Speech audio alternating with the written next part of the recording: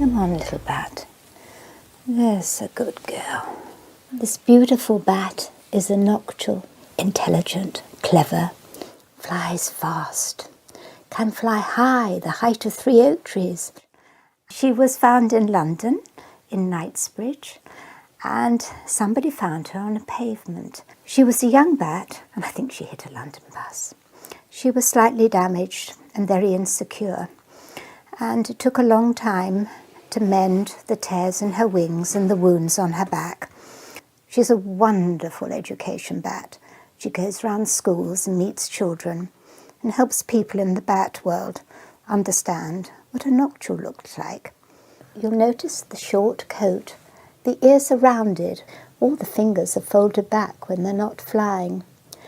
The little thumb with the curved nail on the end is used for climbing. Each little toe is of the same length, so it's easy for them to hang up. The membrane goes round over the fingers, round the body, and over the tail.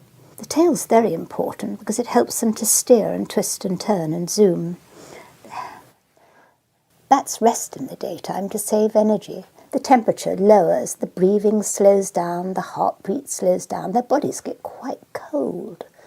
They have to raise the body temperature by shivering and pumping their heart. And when they're ready and hot enough, like revving up a car engine, they automatically begin to use their sonar. Handling bats is not rocket science. You just have to be calm, relaxed, and very gentle, and then they feel quite safe. A bat straight from the wild is just like this. You have to say with your body language that my hand is a home for you to snuggle into. It's not a prison. By being calm and relaxed, they will immediately feel safe. And they're very happy, and they love to be stroked and cuddled. There are people like me who rescue bats in trouble, make them better, and get them back to the wild. Every county has a bat hospital. Any bat in the open in the daytime is in trouble. They'll scoop him up in a handkerchief, take him home, put him in a box, and then contact a bat person. Come on, Millie. Good girl. I call her Millie because she came from millets. Here she is. There's a good girl. And I've wrapped them, makes them feel really comfortable. And this is a whiskered bat. They're still flying with old plates on up to 2 or 3 years and doing daft things. And it doesn't take much for them to lose their confidence. So Millie is feeling a little bit insecure and a little bit worried, a bit underweight. So my job is, having checked her over she's fine, is to get her to relax and feed, put on weight. Then I'll test fly her and see if she can go back home. They can't drink until you've warmed them up, but in the nice warm tissue. And I'm gently going to open out the wing to see how it is. That's a good girl. Check all's well. And there's the wing. She's quite happy, me resting it on the tissue. That's the elbow, forearm, wrist, little claw is the thumb, and those are the fingers. That's it. And all looks well. And I'm going to check the shoulder and make sure it wasn't damaged, being caught under the door. So I'm going to release it. Oh, that pings back beautifully. Nothing wrong with that. You see how the membrane is attached to the little foot. It goes round the body and over the tail. That's how they steer. See how the shoulder is? That's perfect. She's putting the toes on my finger. Both working fine. Now let's have a look at the tail, because the bat can't fly if the tail is damaged. Gently unroll the tail. Yes, that's fine. No problem there. The sonar they use automatically when they're wide awake, which plays a very important role at night to help them find their way around and detect the insects. And their social voice when they're chatting to each other. So when your ears can hear it, as Millie was talking to me, chatter, chatter, chatter, that's the social communication. I'm very gently going to feel down the back, little half circles. I'm checking and feeling for any hematomas. to check that the collarbone's all right. If it's broken, it would stick into my finger. I need to feel over the ribs to see if any of the ribs were broken in her accident under the door. It should be absolutely equal both sides. And down over the pelvic area. I know the lower spine's all right, because otherwise the leg would be paralysed. All's well. Check the eyes are all right. Stroke between the ears to look at her little pearly whites. Yes, the teeth are in good condition. Good girl, that's it. Matting could be dried blood, or it could be glue, or cat saliva, or dried mud. Bats don't like going upside down, so I have to be very gentle with her and make sure that we have no matting on the fur, on the tummy. There. Millie has no injuries. She's definitely underweight, so she has to stay with me. I have to take a mealworm and I have to behead it.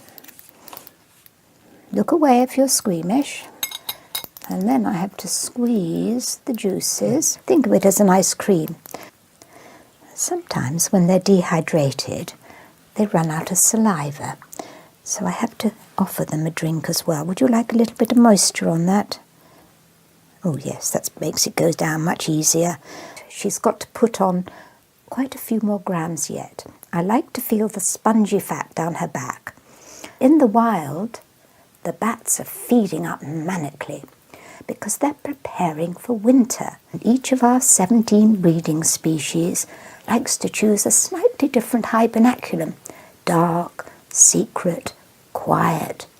It's a very good idea to go underground, and some species do.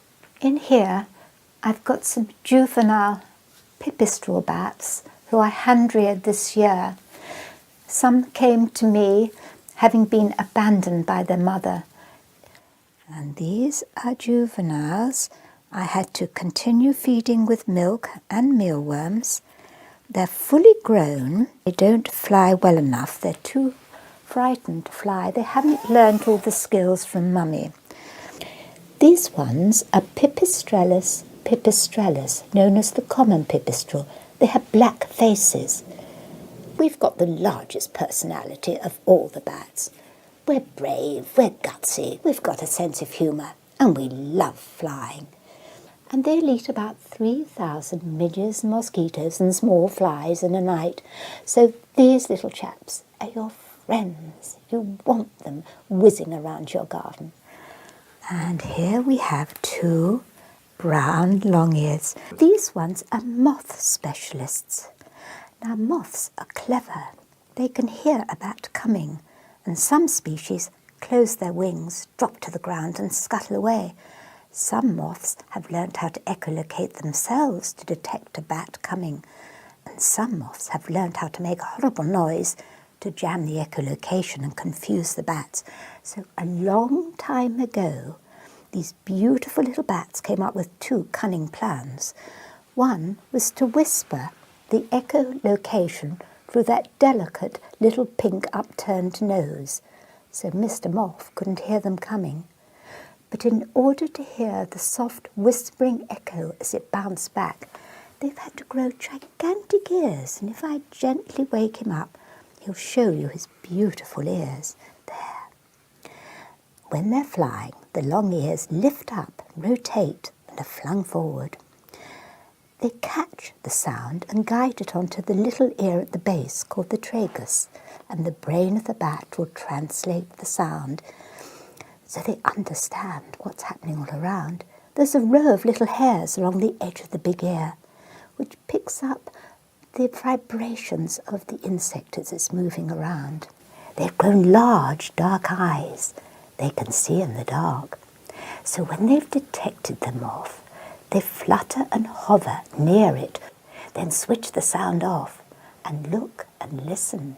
Hover over the moth, and with those gigantic feet and long curved toenails, they'll grab the moth and take it to their favourite feeding perch. They can live up to 40 years. Bats generally are divided into the two groups, gleaners and hawkers. Now the hawking bats are very fast, streamlined bodies, long narrow wings, coming out at twilight. Then you have the gleaner group of bats. They hunt by stealth, secretly, quietly. Their wings are round, their fur is fluffy, not short and dense, and they hunt secretly. They have larger ears because generally they talk softer. They've evolved to roost in trees and to forage in woodlands. Oak trees are some of the best trees you can possibly have for producing a great variety of different insects, and bats love them. Beech trees are a great favourite too. The hawking bats, they need to drop 6 foot where they come out and be clear of foliage for fast exit and entry. Whereas the very shy bats, like the brown long-eared and the rare barberstraw and the bechstein, they flutter and hover under the vegetation, under the canopy, hidden secretly. All our species have different requirements. They need homes. And the odd dead bit on a tree will produce a wonderful breeding ground for the different insects which emerge, which the bats can feed on. Having a pile of old dead logs is a brilliant breeding ground and a wonderful little habitat for insects.